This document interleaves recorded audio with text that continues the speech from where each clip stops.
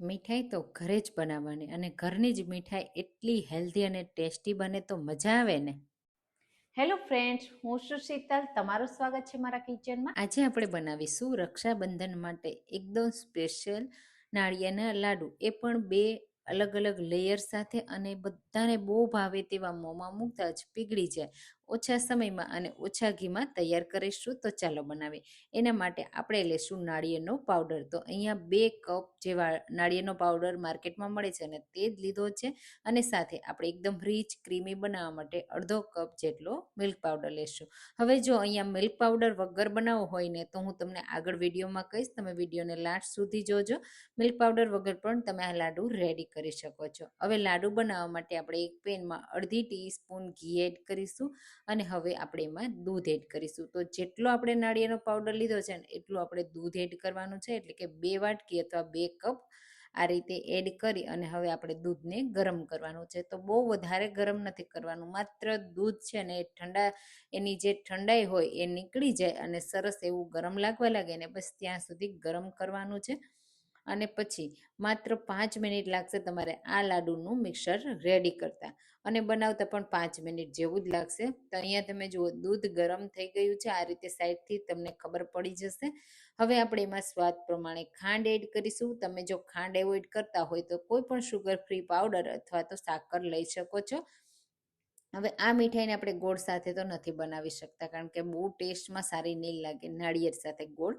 તો એટલા માટે આપણે ખાંડ એડ કરી છે, અને ખાંડ મેં એકદમ ઓછી એડ કરી છે, મીડિયમ મીઠાશ આવે ને એવી, બહુ વધારે નહીં. હવે ખાંડને આપણે મિક્સ કરી અને ખાંડ મેલ્ટ થઈ જાય, દૂધ સરસ એવું ગરમ થઈ જાય અને આ રીતે ઉકળવા લાગે ને ત્યાં સુધી આપણે દૂધને ગરમ કરવાનું છે. તો 2 થી 3 મિનિટનો સમય લાગશે. અને પછી આપણે ગેસની ફ્લેમ એકદમ લો કરી દેવાની છે, અને હવે તરત જ આપણે જે આ મિશ્રણ છે ને એને એડ કરવાનું છે. હવે તરત જ જે નાળિયેર પાવડર છે ને એ બધું દૂધ એબ્ઝોર્બ કરવા લાગશે અને થીક થઈ જશે. આ રીતે તમે જુઓ મિક્સ કરશો ને એટલે તમને એવું લાગશે કે હવે તો મિશ્રણ બની ગયું અને આપણે લાડુ વાળવા માટેનું મિક્સર રેડી થઈ ગયું. પણ નહીં, હજુ આપણે એને 2 મિનિટ કે 3 મિનિટ જેવું કૂક કરવાનું રહેશે. જે દૂધનો ભાગ છે ને બધો બળી જાય ને ત્યાં સુધી. તો તમે આ રીતે રક્ષાબંધન ઉપર જરૂરથી આ મીઠાઈ ટ્રાય કરજો. તમે જો નાળિયેરની મીઠાઈ પસંદ હોય તો મને કમેન્ટમાં કહેજો, હું તમારી સાથે બીજી પણ નાળિયેરની રેસીપી શેર કરીશ. અને હા, મને કમેન્ટમાં ચોક્કસથી કહેજો કે તમે મારી રેસીપી કઈ સિટીમાંથી જુઓ છો, જેથી હું તમારી સિટીની ફેમસ રેસીપી પણ બનાવું અને તમારી સાથે શેર કરું. તો અહીંયા તમે જુઓ તરત જ આ રીતે મિક્સર છે ને એ થીક થવા લાગ્યું છે, પેનથી અલગ થવા લાગ્યું છે. હવે અહીંયા જો તમે નોનસ્ટિકનું વાસણ લીધું હશે ને તો તરત જ કૂક થઈ જશે બધું અને તરત પેનથી અલગ થવા લાગશે. અને સ્ટીલના વાસણમાં તમને 1 થી 2 મિનિટનો સમય વધારે લાગશે, કારણ કે એમાં દૂધ બળતા થોડી વાર લાગે છે. અને બસ આ રીતે સરસ રીતે આપણે મિક્સ કરતું જવાનું છે અને મિશ્રણને ડ્રાય કરી લેવાનું છે. એકદમ પણ ડ્રાય નથી કરવાનું, થોડું મોઇસ્ચર હોય ને એવું રહેવા દેવાનું છે, એટલે ખાતી વખતે મોંમાં મૂકતા જ પીગળી જાય, એકદમ સોફ્ટ. જો આજકાલ બજારની મીઠાઈમાં આપણે બધાને ખબર છે ભેળસેળ હોય છે, અથવા તો ભેળસેળવાળી આપણે શંકા હોય છે, તો આપણે શું કામે લાવવી જોઈએ, ઘરે જ આપણે આસાનીથી બનાવી શકતા હોઈએ. તો આ રીતે તમે પણ ચોક્કસથી મારા કહેવાથી એકવાર ચોક્કસ ટ્રાય કરજો. હવે અહીંયા તમે જુઓ નારિયેળનું મિશ્રણ આ રીતે આપણે બોલ્સ બનાવીએ તો બોલ્સ બને છે, પણ હાથમાં મને થોડું ભીનું લાગે છે, એટલે માત્ર 1 મિનિટ જેવું આપણે એને હજુ ચલાવીશું. તો હવે આપણે 1 મિનિટ જેવો સમય રાખશે આ રીતે એને ચલાવતા. અને અહીંયા તમને જોશો ને તો પેનમાં તમને એકદમ ડ્રાયનેસ લાગશે. બસ આ રીતે થોડું કૂક થઈ જાય અને બળી જાય પાણીનો ભાગ ત્યાં સુધી આપણે એને કૂક કરવાનું છે. હવે એક આ રીતે લેવલ કરી દેશું અને આપણે 3 ભાગનું મિક્સર છે ને એને અલગ કરી લેવાનું છે, અને 1 ભાગના મિક્સરને આપણે રહેવા દેવાનું છે આ રીતે.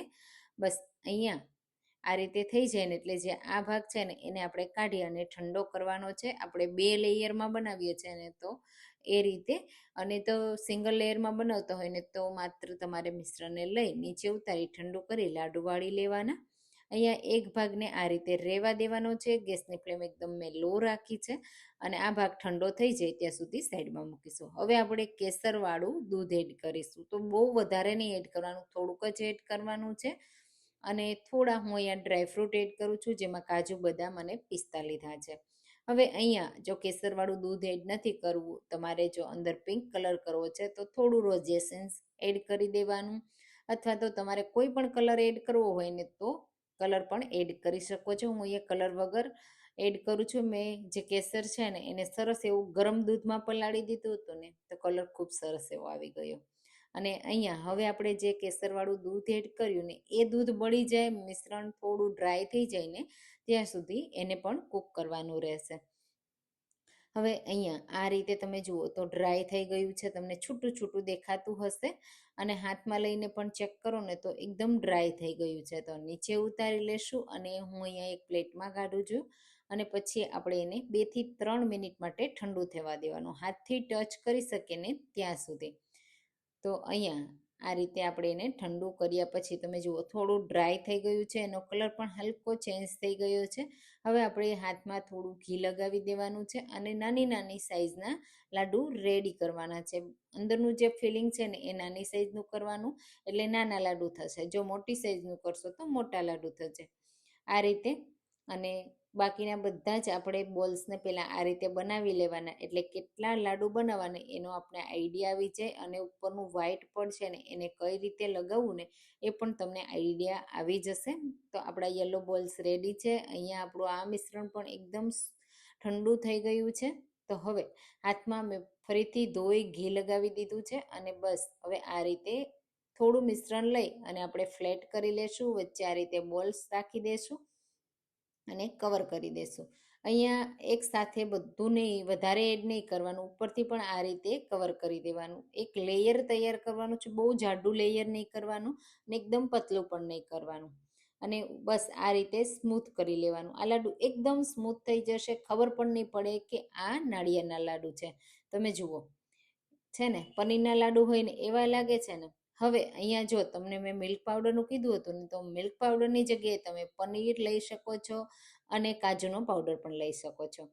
હવે અહીંયા આ રીતે આપણે એને સૂકા નાળિયેરના પાવડર સાથે થોડું કોટ કરી લેશું, એટલે એકદમ રીચ ક્રીમી આપણી આ નાળિયેરના લાડુની મીઠાઈ રેડી થઈ જશે. આ રીતે બનાવતું જવાનું, પ્લેટમાં રાખતું જવાનું, પછી ઉપરથી પિસ્તા અને રોઝ પેટલથી ગાર્નિશ કરી દેવાનું. અને આ લાડુને બહાર 1 થી 2 દિવસ અને ફ્રીજમાં 10 થી 15 દિવસ સ્ટોર કરી શકો છો. તો આ રેસીપી ચોક્કસથી ટ્રાય કરજો. ચાલો ફરી મળીશું. Thank you.